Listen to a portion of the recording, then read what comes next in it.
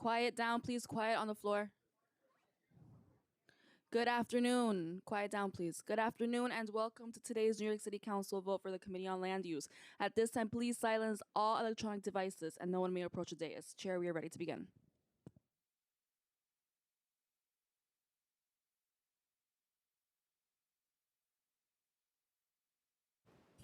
One moment, everyone. One moment.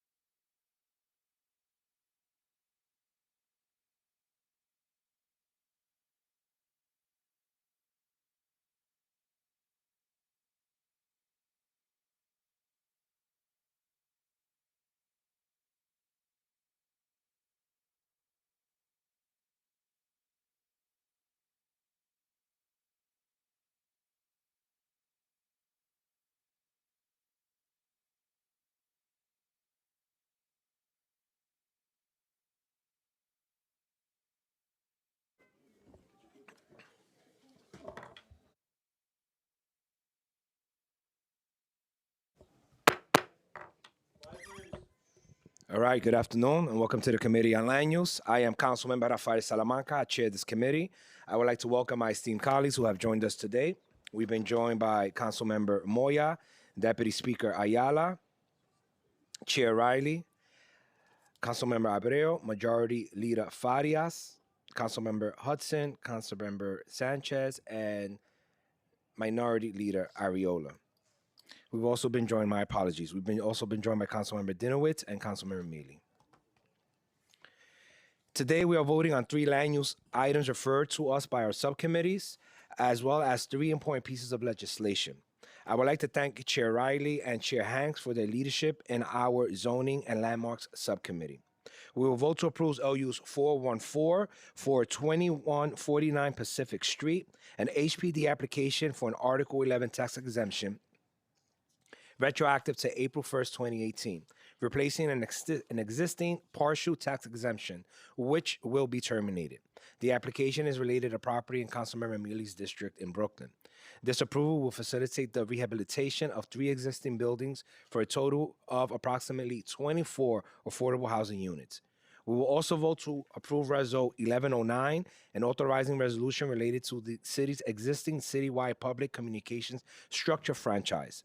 Our approval would facilitate the extension of the existing franchise agreement for a period of up to 5 years, so that the current franchise agreement would terminate in 2035. This would allow the city's Office of Technology and Innovation, or OTI, to negotiate an extension of agreements to maintain and extend the operation and expansion of the city's public Wi-Fi program.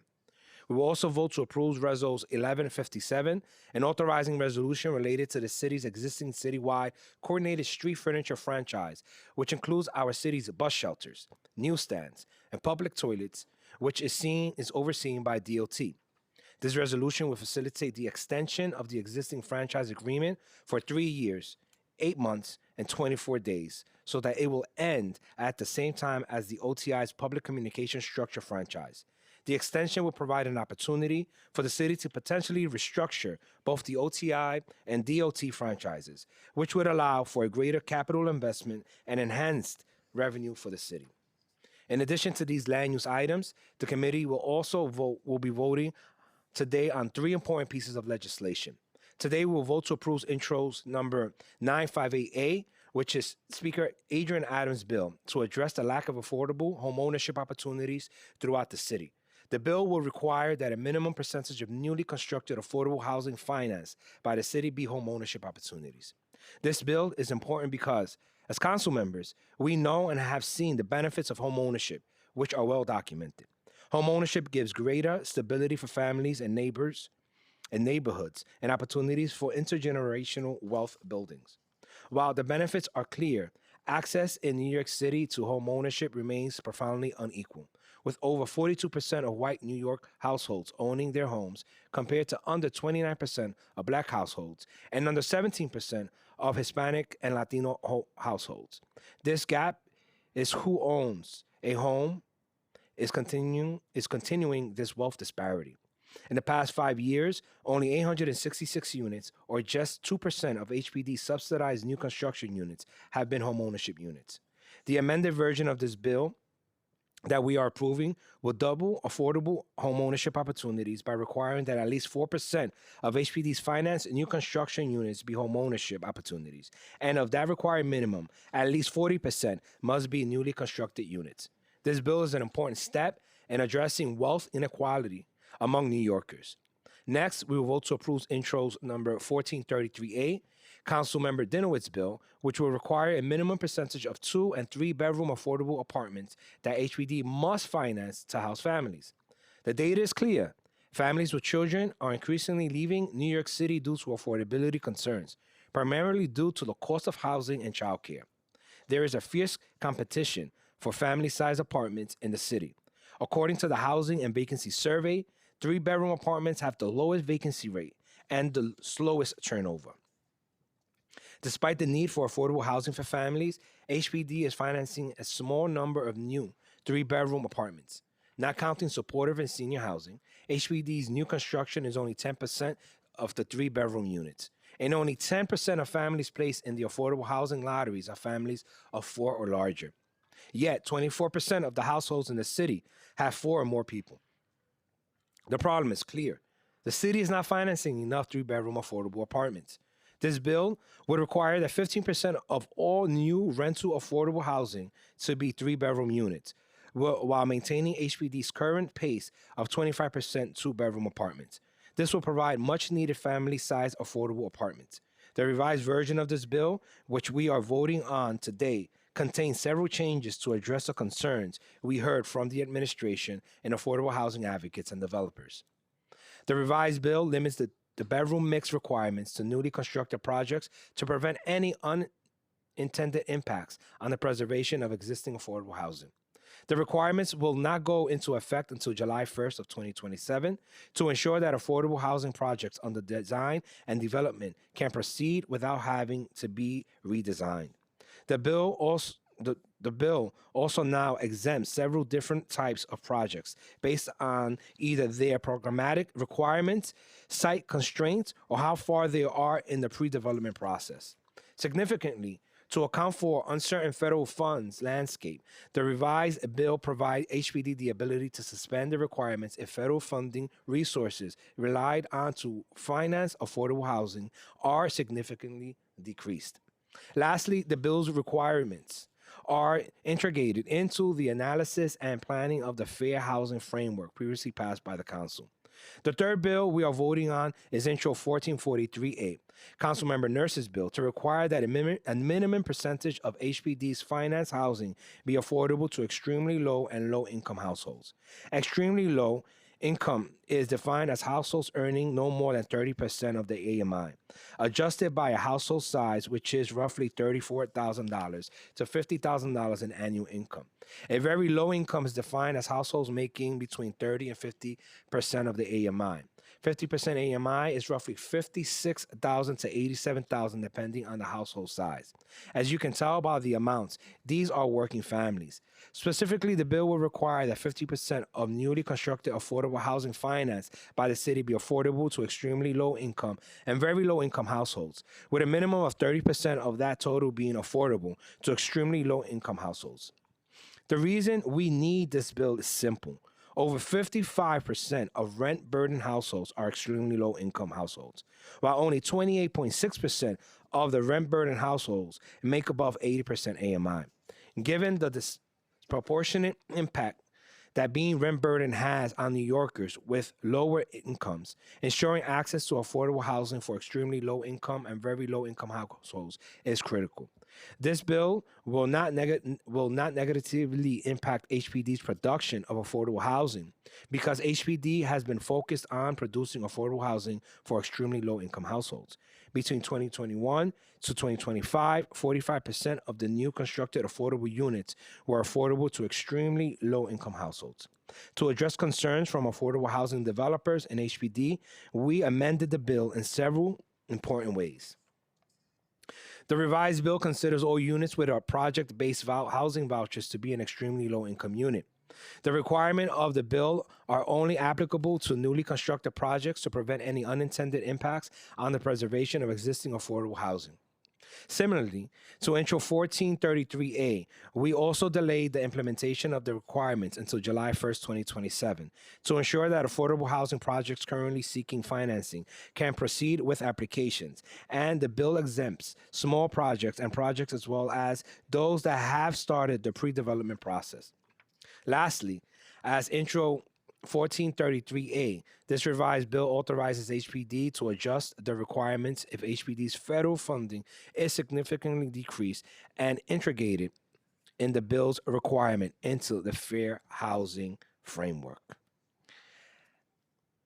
And before we move forward and we give comments to my colleagues, I just want to end by just start by just saying that serving as the chair of the New York City's Committee on Land Use these last 8 years has been one of the most meaningful and important roles of my time in public service. As chair, I have made the awesome responsibility in shaping the future of New York by advancing equitable, community-driven development, protecting working-class neighborhoods, and ensuring that land use decisions deliver real benefits, affordable housing, good jobs, and environmental justice to the communities that need them most. I would like to thank the incredible land use team division for all their great counsel and guidance in these last 8 years. And I must thank my deputy chief of staff and my director of legislation and budget, Brian Haiti, for these last 8 years, ensuring that we get the job done. And I wish them nothing but the best in the next term. With that, I will open up the floor for any of my colleagues who wish to make comments or statements.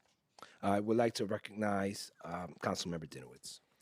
Thank you, Chair, and thank you for your years and years of service, not just chairing this committee, but being a friend and a colleague, someone whenever I had a land use issue or any other issue, you were always there for a phone call. And, one of the things that we spoke about and a lot of us speak about actually relates to this bill. We know we're facing an urgent housing crisis, but often our conversations center almost exclusively on the number of units produced and not whether those units actually meet the needs of the families who call our city home. So my bill, Introduction 1433, aims to close that gap by directly addressing a fundamental mismatch between the city's subsidized housing production and the realities of New York families. Right now, the city's own term sheets incentivize buildings where 70% of the units are studios and one-bedroom apartments. And it may look good on paper to tout the number of units you're producing, but it doesn't reflect the need of the people we represent. Very often, families with children, multi-generational households, and New Yorkers trying to remain rooted in their communities. Families with young children are leaving our city faster than any other group, and the vast majority of people living in shelter are families without housing. These trends are not coincidental. They stem directly from our failure to ensure that affordable housing we build is sized for the people who need it. Intro 1433 would change this. This bill requires there be a minimum percentage of affordable housing apartments financed by the city, which can house families of 3 or more people. For HPD financed affordable housing, 25% would have to be 2 bedrooms and 15% would be 3-bedroom apartments. This legislation allows HPD to continue to produce the volume of units we need while ensuring future term sheets no longer leave families behind. I want to thank all of the advocates, the community organizations, housing experts who've been raising this issue for years. I want to ask my colleagues, I urge all my colleagues to vote yes on 1433. I want to thank especially again the chair for his leadership on this issue and for always negotiating, particularly in our ULURPs, but in housing production, to provide more housing for families with children. And now we are legislating it to make sure we can get this done. Because if we truly want New York City to remain a city where families can stay and grow and thrive, then the homes we build must reflect the lives we say we value. Thank you. Thank you, Councilmember Dinowitz. Now I would like to recognize Deputy Speaker Ayala. Thank you. Just kind of wanted to chime in and add a couple of points. On intro 0958A, the last time that any affordable homeownership opportunities were created in my district was well over 15 years ago. And 20 years ago, we were promised an additional 300 units of affordable homeownership units in a different site in the same district. And those have not even, been funded. So God knows how much longer we'll have to wait before we see those units. And that was a commitment from the administration as part of negotiations along 125th Street. A lot of things have changed, and I think when we wait this long, right, term sheets are different, financing options are different, and so it is imperative that we build and allow folks to own real estate in their own communities, but to do that expeditiously so that we don't lose the opportunities that we lose when funding sources no longer are available. And in regards to intro 1433A. While it is important, I understand, and I want to thank Chair Dinowitz. We have a big responsibility to ensure that we are developing and that we're developing in a way that makes sense for New Yorkers. In my district office, I get many, many folks that come in looking for housing. Some of them are already housed but overcrowded. Some of them are in shelter, and some of them just have growing families and are looking. I've never had, someone come to my office and say, "Hey, I am in desperate need of a studio." I've never had anybody come into my office and say, "I'm in desperate need of a 1 bedroom." And I'm not saying that people don't need those opportunities. Those options should be on the table. But when you have a project of 300 units and only three-bedroom units are calculated within the scope of that project, it's a disservice to those families that are growing and in desperate need of those units as well. And so we need to really make that system a little bit more equitable so that we're touching on on all families, on all of the needs that we're seeing at our district offices. We have given away that right because we've prioritized quantity over quality, and that makes a very, very big difference in communities like mine. So I wholeheartedly support both bills, and I want to thank you, Chair, Councilmember Denowitz, for your advocacy on this. Is something that we've been raising on our end as well, as we see more and more projects coming into the district for smaller units. So thank you. Thank you, Deputy Speaker. Now I'd like to recognize Councilmember Mealy. Thank you, Chair. I would just like my colleagues just to hear me out for a minute. Land use number 414 is a project that has been almost decades. It went through 4 city council members, Tracy Borland, then Alika Ampry Samuel. No, then I won. Then Alika Ampry Samuel. Then I'm back again, and this project is still going on. We gave them a 40-year tax abatement. How many of you would want to not pay taxes for 40 years? And now, and with that 40 years, they gave them funding to build up that building. It's only 24 units. Not one thing was done. But here it is again. Coming back, they're going to retroactive all the way back to 2017 with this new Article 40, Article 11, 40 more years. This is a disgrace to this city. How many of our homeowners are losing their homes for $2,000? And we're going to give one entity that their building should have been taken from the city. If they haven't paid taxes since 2017, why their building not on the lien sale? Think about that. I just hope that this body think what they are doing. If you can't do it for all, don't do it just for some. Some who know somebody on finance department, that's someone who knows somebody in city council. This is for everyone.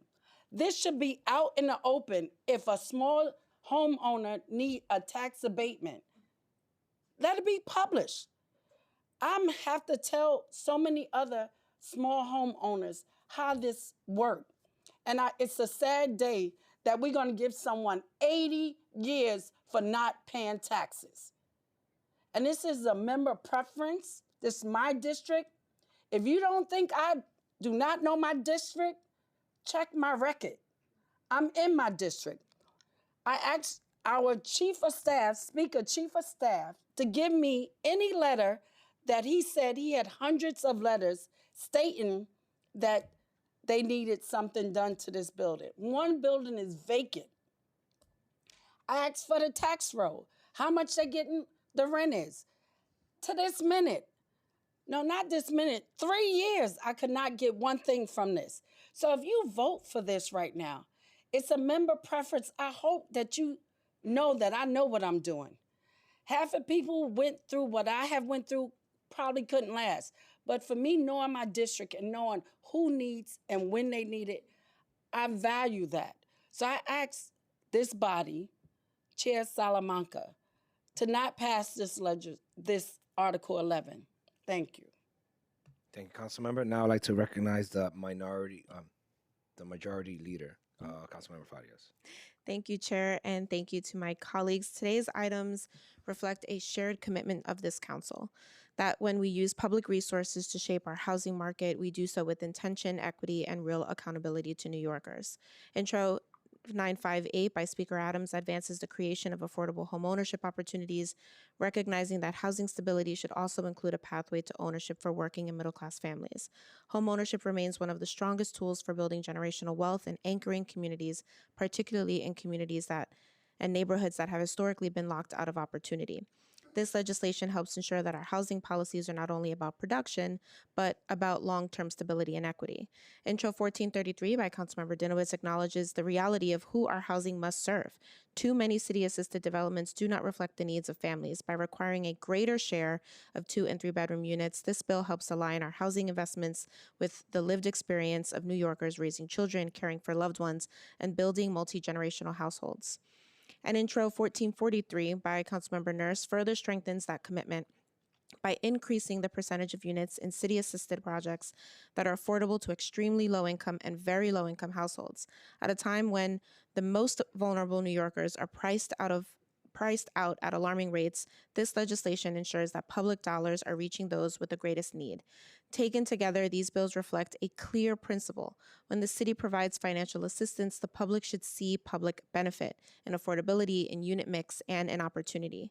And lastly, before closing, I want to take a moment to recognize and thank our chair, Salamanca, of the Committee on Land Use. For over a decade, his leadership has helped shape the housing landscape of this city, navigating complex land use decisions, advancing housing production, and ensuring that growth is paired with responsibility. The volume of housing produced under his tenure and the thoughtfulness with which this committee has approached its work is a testament to his steady leadership and deep institutional knowledge. This council and the city are better for it. So thank you. I'm proud to support these items. Yeah, we can clap her up.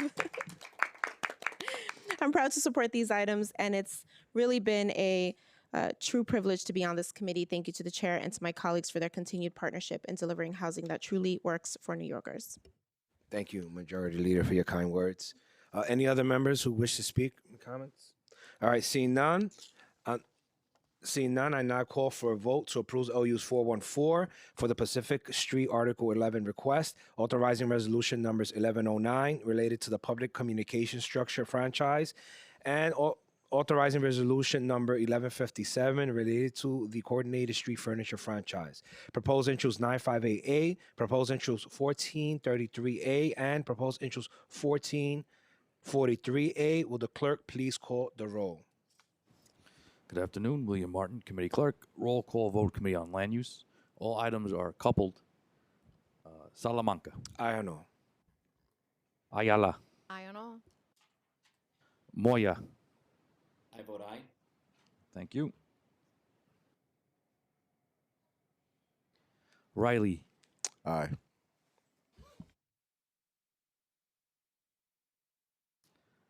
Brooks Powers. Permission to explain my vote. Councilmember Brooke Powers, explain her vote.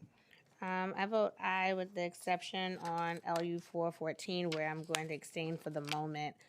Just recognizing the concerns shared by Councilmember Mealy and wanting to have a better understanding of the level of transparency on this property as it pertains to the request for an Article 11.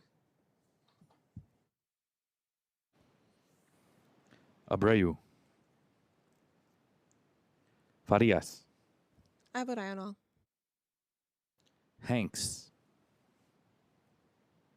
Hudson. Aye on all, and thank you to Chair Salamanca for your amazing work over the last several years. Sanchez.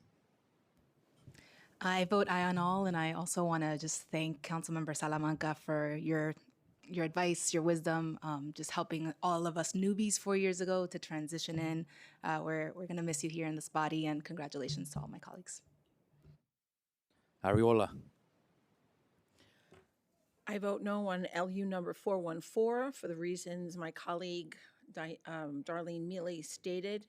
And I am a believer in member deference, and I would do it for any one of you if you did not want this type of building who received so many chances and has done nothing with it. and so many tax abatements, and she is vehemently opposed. Therefore, I stand with her in deference. And also a no on intro number 1443A, and aye on all the rest. Thank you.